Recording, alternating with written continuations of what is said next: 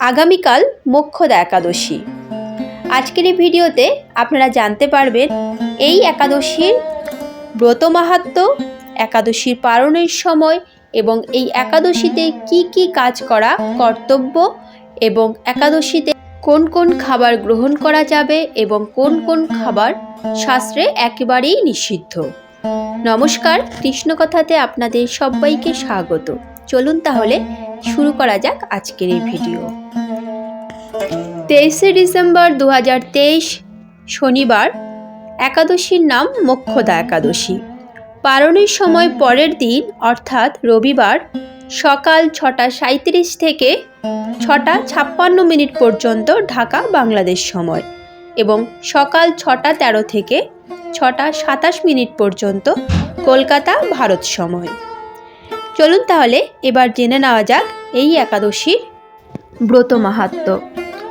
যুধিষ্ঠির বললেন, হে বিষ্ণু, আপনাকে আমি বন্দনা করি। আপনি ত্রিলোকের সুখদায়ক, বিশ্বেশ্বর, বিশ্বপালক ও পুরুষোত্তম। আমার একটি সংশয় আছে। অগ্রহায়ণ মাসের শুক্লপক্ষের যে একাদশী তার নাম কি, বিধি বা কি ও কোন দেবতা এই একাদশীতে পূজিত হন তা আমায় বলুন। শ্রীকৃষ্ণ বললেন, হে মহারাজ, আপনি উত্তম প্রশ্ন জিজ্ঞাসা করেছেন, যার মাধ্যমে আপনার যশ চতুর্দিকে বিস্তৃত হবে। এখন এই একাদশীর কথা আমি বর্ণনা করছি, যা শোনা মাত্রই বাজপেয় যজ্ঞের ফল লাভ হয়। অগ্রহায়ণ মাসের শুক্লপক্ষের এই একাদশী মোক্ষদা নামে পরিচিত। সর্বপাপ নাশিনী ও ব্রত সর্বশ্রেষ্ঠা এই একাদশীর দেবতা শ্রী দামোদর। তুলসী মঞ্জুরি, ধূপ, দীপ ইত্যাদি উপচারে শাস্ত্রবিধি অনুসারে শ্রী দামোদরের পূজা করতে হবে। পূর্ববর্ণিত বিধি অনুসারে দশমী ও একাদশী পালন করতে হবে। এই উপবাস দিনে স্তব, স্তুতি, নৃত্য, গীত ইত্যাদি সহ রাত্রি জাগরণ করা কর্তব্য। হে মহারাজ, প্রসঙ্গক্রমে একটি অলৌকিক কাহিনী আমি বলছি। মনোযোগ দিয়ে এই ইতিহাস শ্রবণ মাত্রই সর্বপাপ ক্ষয় হয়।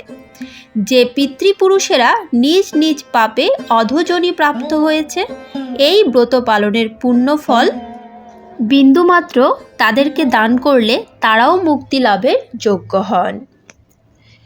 কোনো এক সময় মনোরম চম্পকনগরে বৈখানস নামে এক রাজা ছিলেন। তিনি ছিলেন সমস্ত বৈষ্ণব সদ্গুণে বিভূষিত।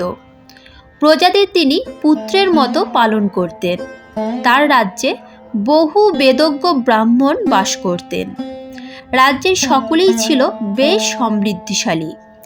একবার রাজা স্বপ্নে দেখলেন যে তার পিতা নরকে পতিত হয়েছেন। তা দেখে তিনি অত্যন্ত বিস্মিত হলেন।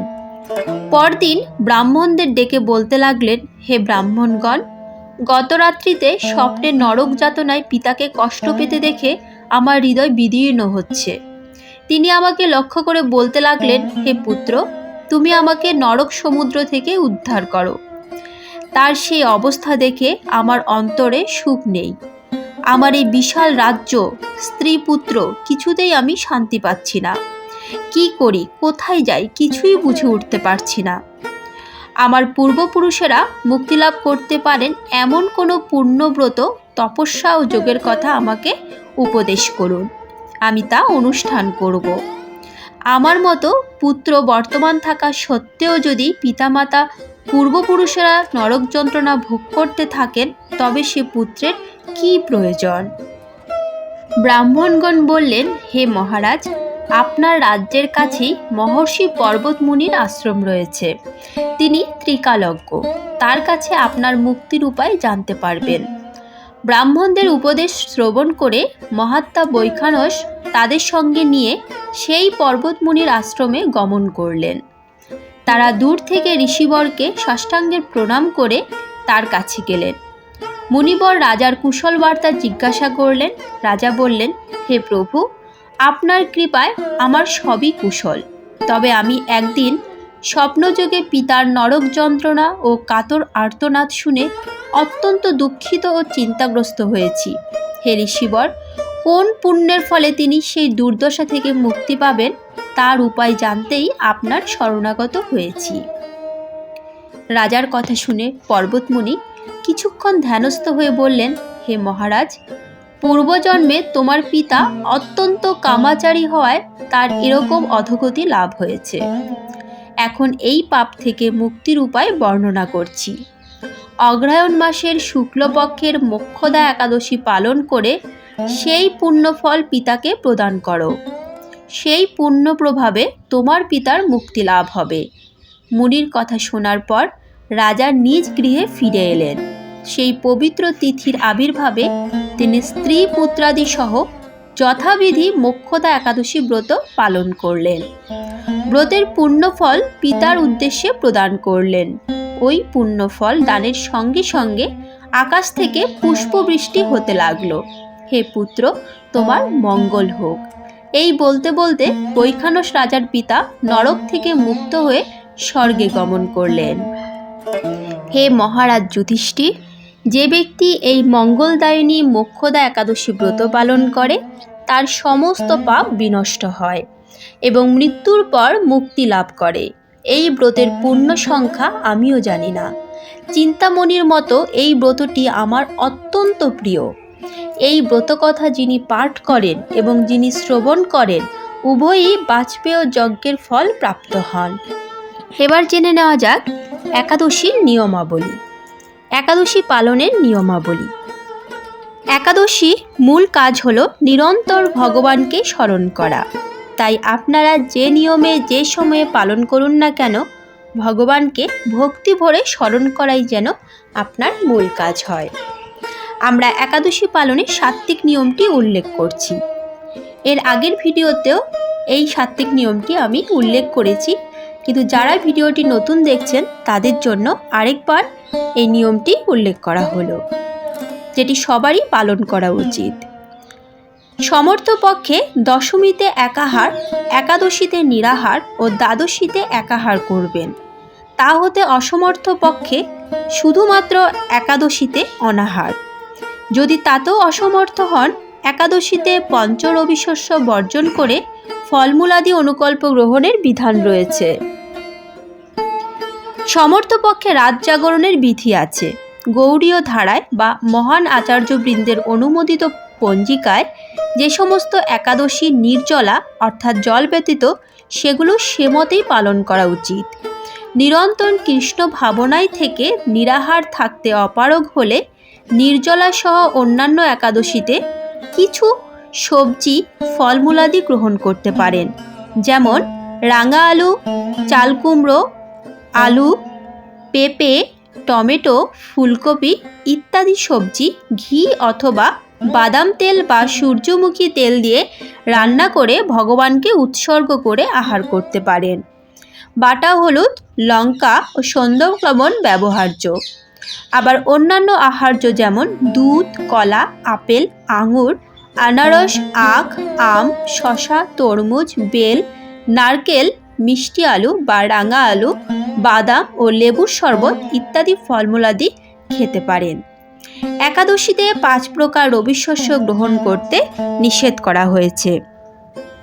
1 নম্বর হচ্ছে ধান জাতীয় সকল প্রকার খাদ্য, যেমন চাল, মুড়ি, চিড়ে, সুজি, পায়েস, খিচুড়ি, চালের পিঠে, খই ইত্যাদি। 2 নম্বরে গম জাতীয় সকল প্রকার খাদ্য, যেমন আটা, ময়দা, সুজি, বেকারির রুটি বা সকল প্রকার বিস্কুট, হরলিক্স জাতীয় খাবার ইত্যাদি। 3 নম্বর জব বা ভুট্টা জাতীয় সকল প্রকার খাদ্য, যেমন ছাতু, খই, রুটি ইত্যাদি। 4 নম্বর ডাল জাতীয় সকল প্রকার খাদ্য, যেমন মুগ, মাসকলাই, মুসুরি, ছোলা, অড়হর, মটরশুঁটি, বরবটি, সিম ইত্যাদি। 5 নম্বর সর্ষের তেল, সয়াবিন তেল, তিল তেল ইত্যাদি।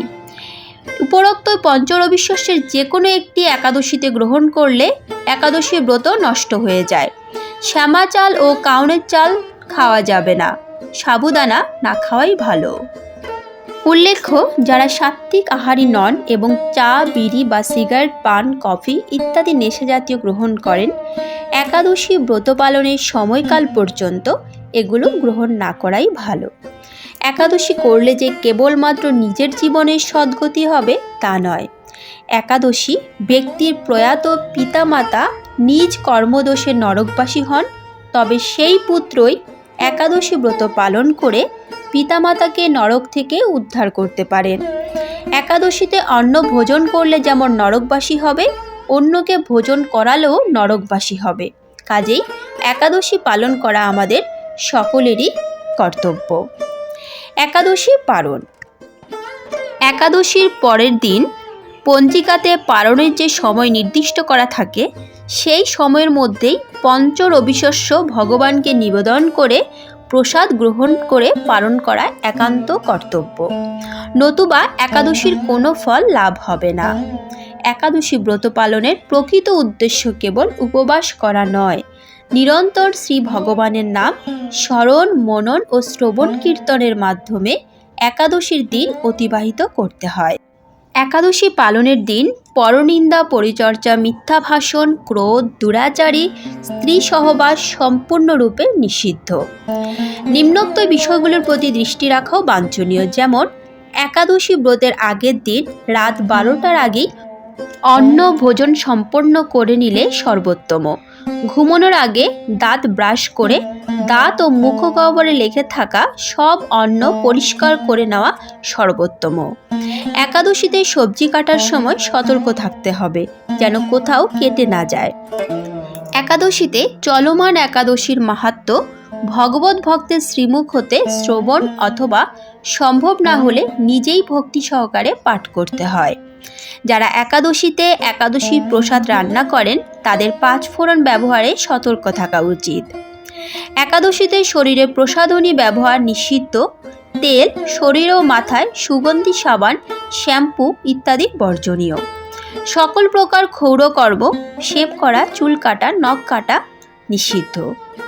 একাদশী পালনের যে সময় দেওয়া থাকে, সেই সময়ের মধ্যে পঞ্চরবিশস্য ভগবানকে নিবেদন করে প্রসাদ গ্রহণ করে পালন করা একান্ত দরকার, নতুবা একাদশীর কোনো ফল লাভ হয় না। চলুন এবার জেনে নেওয়া যাক একাদশীর পালন মন্ত্র। একাদশম নিরাহার ব্রতেনানন কেশব, প্রসিদ সুমুখনাথ, জ্ঞান দৃষ্টিপ্রদ হব। এই মন্ত্র পাঠ করে নির্দিষ্ট সময়ের মাঝে পালন করতে হয়। আবার বলছি, একাদশীর ব্রত পালনের প্রকৃত উদ্দেশ্য কেবল উপবাস করা নয়, নিরন্তর শ্রী ভগবানের স্মরণ, মনন ও শ্রবণ কীর্তনের মাধ্যমে একাদশীর দিন অতিবাহিত করতে হয়। একাদশীর দিন 25 মালা বা যথেষ্ট সময় পেলে আরও বেশি জপ করার নির্দেশ দেওয়া হয়েছে শাস্ত্রে। আজকের মতো ভিডিওটি এখানেই শেষ করলাম। আশা করি আপনাদের ভালো লেগেছে। যদি ভালো লেগে থাকে তাহলে অবশ্যই একটি লাইক করবেন। কমেন্টে রাধা মাধবের জয়গান করতে ভুলবেন না যেন। এ ধরনের বিভিন্ন ধর্মীয় ভিডিও পেতে এবং নিয়মিত গীতাপাঠ শুনতে চ্যানেলটিকে অবশ্যই সাবস্ক্রাইব করুন। তাহলে আজ এই পর্যন্তই, দেখা হচ্ছে পরবর্তী ভিডিওতে। ভালো থাকবেন, সুস্থ থাকবেন। জয় শ্রীকৃষ্ণ, রাধে রাধে। সব শেষে আমার সাথে বলুন সেই মহামন্ত্র শুধু একবার, হরে কৃষ্ণ কৃষ্ণ কৃষ্ণ হরে হরে, হরে রাম রাম রাম হরে হরে।